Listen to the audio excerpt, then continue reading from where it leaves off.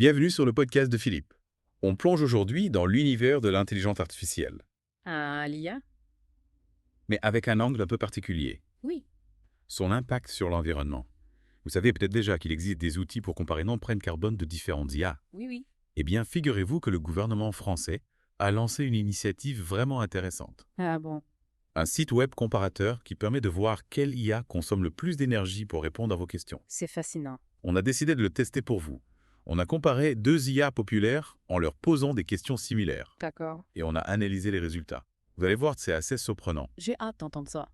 Alors, ce site web s'appelle Comparia Comparia, et il fonctionne sur le principe du test à l'aveugle. c'est-à-dire?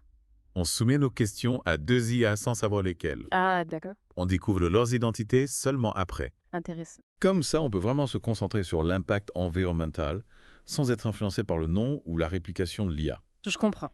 Et du coup, vous avez testé quelles IA? Alors, la première, c'était Mistral Mextral 8.7b. Mistral.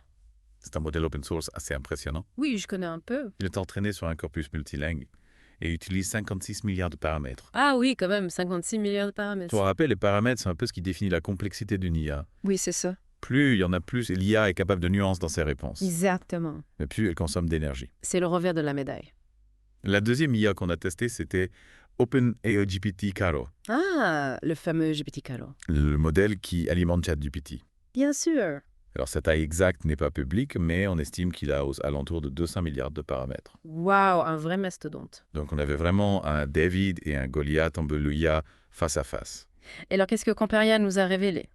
Accrochez-vous bien. Pour répondre à nos questions, Mistral a utilisé seulement 5 Wh d'énergie et a émis 3 Giga de CO2. C'est vraiment peu. C'est l'équivalent d'une ampoule LED allumée pendant 1 heure. Impressionnant. Maintenant, tenez-vous bien pour GPT Caro. J'imagine que ça va être beaucoup plus. Il a consommé 71 watts d'énergie et généré 43 J de CO2. Ah oui, quand même. C'est comme regarder 1 heure de vidéo en ligne. Ou laisser une ampoule allumée pendant 14 heures. Exactement. C'est une sacrée différence. Et c'est assez frappant. Mais ce qui est encore plus intéressant, c'est que tu avais une préférence pour les réponses des deux IA avant de connaître leur identité, n'est-ce pas? Ah oui, tout à fait. Raconte-nous. Je trouvais que l'une des deux était plus claire, plus complète, plus riche en détails. Et il s'est avéré que c'était Et ChatGPT. le gourmand en énergie. Exactement.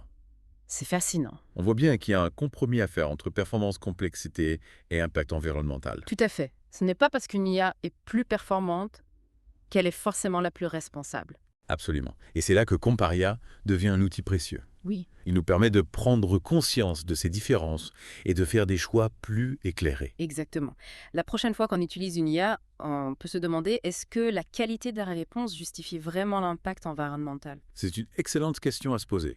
Et il ne faut pas oublier que les développeurs d'IA travaillent constamment à améliorer l'efficacité énergétique de leurs modèles. Oui, heureusement. On peut saluer l'initiative du gouvernement français avec Comparia. Oui, c'est vraiment un outil de sensibilisation important.